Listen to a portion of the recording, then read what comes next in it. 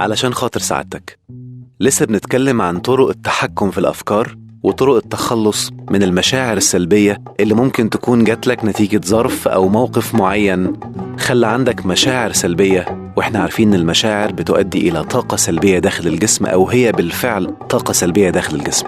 إزاي تنفس لما تمر بأي موقف ضيق أو إحباط أو حزن أو غضب أو من هذه المشاعر السلبية؟ أول طريقة للتنفيس إنك تحاول تناقش الشخص اللي أدى إلى هذه الفكرة، يعني تحاول تتكلم معاه أو تحاول تعبر عن إنك متضايق وتبين له قد إيه الموقف اللي حصل ده بيضايق، وتوصف بهدوء المشاعر اللي انت حاسسها وتوصلها له. ده هيخليك تحس براحة أكتر. ماذا لو الشخص ده انت ما ينفعش تتكلم معاه أو هو في مكان آخر؟ الصح انك تحاول تتخيله قدامك وتحاول تتناقش معاه وتطلع كل اللي جواك في الخيال. دي وسيلة رائعة جدا. بعد ما تعمل كده هتحس بمنتهى الراحة وهتحس بالهدوء وهتبقى نفست عن الشحنة السلبية اللي جواك. في طريقة تانية هي الرياضة، بس أهم حاجة إنك تكون ناوي. يعني إيه ناوي؟ يعني قوم العب رياضة وإنوي وإنت بتلعب إنك تفرغ كل الشحنة السلبية أثناء هذه الرياضة، بحيث أول ما توقف رياضة تكون كل الشحنة تم تنفسها عن طريق الألعاب الرياضية اللي إنت بتعملها. في طريقة تانية ودي بالنسبة للبنات كويسة جدا، هي الرقص.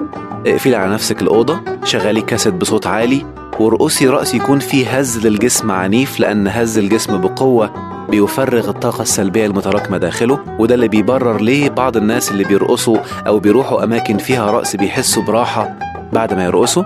دي وسيلة مهمة للبنات، هيحسوا بعدها براحة. وبالتالي بعد ما تنفس ابدأ فكر ازاي تتعامل مع الموضوع بصورة بوزيتيف عشان تحل الموضوع أو عشان توصل للهدف اللي انت عاوز توصله.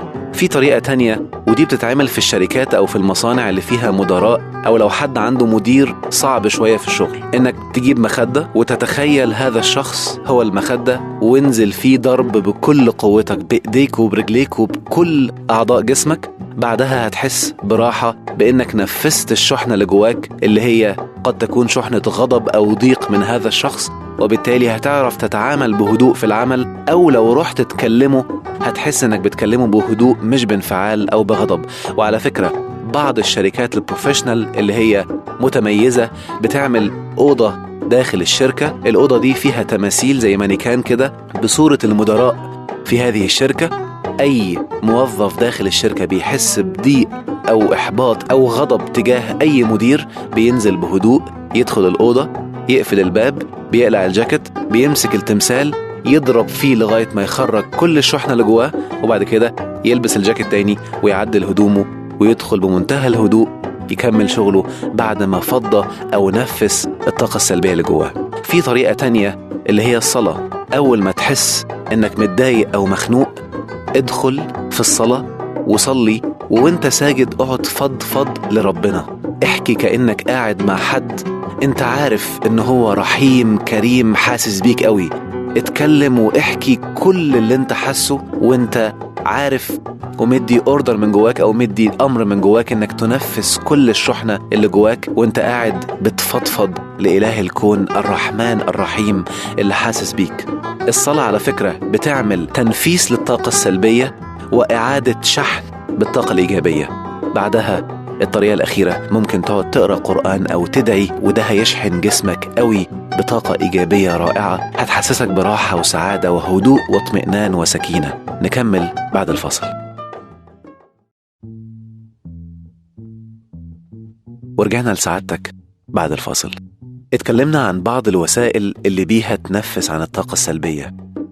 التنفيس عن الطاقة السلبية مهم جدا. هديكم مثال صغير.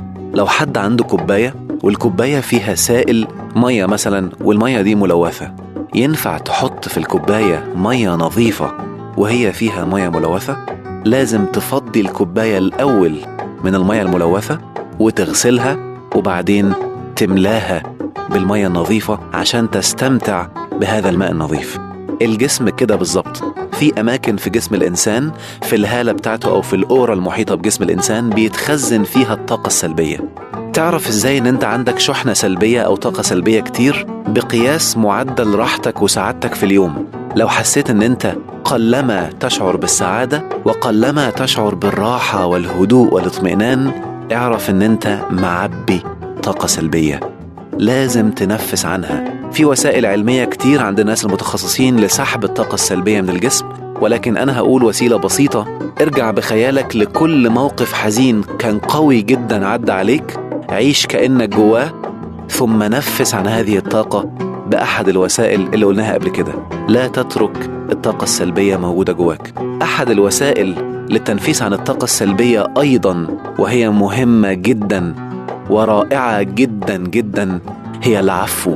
وخصوصا لو كانت الطاقة السلبية المجمعة جواك بسبب موقف عمله فيك أحد الأشخاص اللي حواليك. لو قعدت مع نفسك تفتكر الموقف اللي هو عمله وتخيلت واقف قدامك وتقول له بكل هدوء وصدق، أهم حاجة الصدق من القلب وانت بتتكلم، تقول له رغم كل اللي عملته فيا ورغم الضيق والألم النفسي اللي انت سببته لي، والله العظيم أنا مسامحك من قلبي قوي.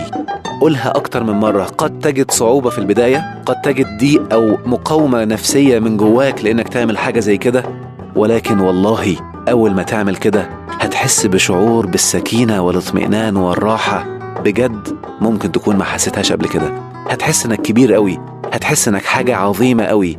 التقدير الذاتي وإحساسك بنفسك هيعلى جدا، وهتبقى نفست عن جزء كبير من الطاقة السلبية المتراكمة جواك. يبقى أهم حاجة لازم علشان تعيش سعيد وعشان تعرف تصل لسعادتك بمنتهى السهولة، نفس دائما عن الطاقات السلبية المتراكمة داخلك. نيجي بعد كده للطريقة التانية للتخلص من الأفكار أو للتحكم في الأفكار اللي قد تكون سلبية وتسبب مشاعر سلبية. الطريقة التانية هي المناقشة، إنك تناقش الفكرة، وده بيتعمل مع 10% من الأفكار. قلنا الطريقة الأولانية اللي هي طريقة الطرد عن طريق السمكة أو عن طريق إنك تضربها بالمسدس أو ترميها في النار أو تحطها في مركب في البحر. دي الطريقة الأولانية، ودي بتتعمل مع 85% من الأفكار. الطريقة التانية بتتعمل مع 10% من الأفكار، وهي طريقة المناقشة. والمناقشة بتتم في الأفكار اللي فيها تعميم. يعني مثلا لما تيجي زوجة حاسة بضيق وقاعدة في البيت ومخنوقة، تقول لنفسها جوزي ده أسوأ زوج في الدنيا، ده أبشع حياة زوجية أنا عايشاها دلوقتي. تقعد مع نفسها بهدوء وتحاول مناقشة الفكرة. هو جوزي أبشع زوج في الدنيا؟ يعني مفيش زوج على وجه الأرض أبشع منه؟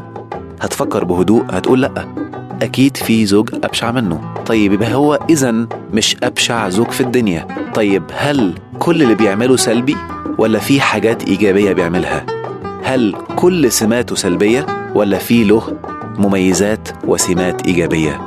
هتفكر بهدوء، هتقول لأ، هو في مميزات إيجابية وفي سلبيات كتير، ولكن سلبياته أكثر من إيجابياته. تفكر تاني، أنا ليه كنت بعمم وبقول إن هو أسوأ زوج في الدنيا؟ هو كده مش أسوأ زوج في الدنيا، هو له سلبيات كتير وله مميزات. وزي ما هنعرف في الحلقات القادمة إن شاء الله، أول ما تبدأ هي تركز على المميزات هيبدأ يتحسن، وهتبدأ تنال من هذه المميزات وتستمتع بيها في حياتها، وبكده هي غيرت ما في نفسها وبالتالي تغير ما حولها. أشوفكم على خير الحلقة الجاية إن شاء الله.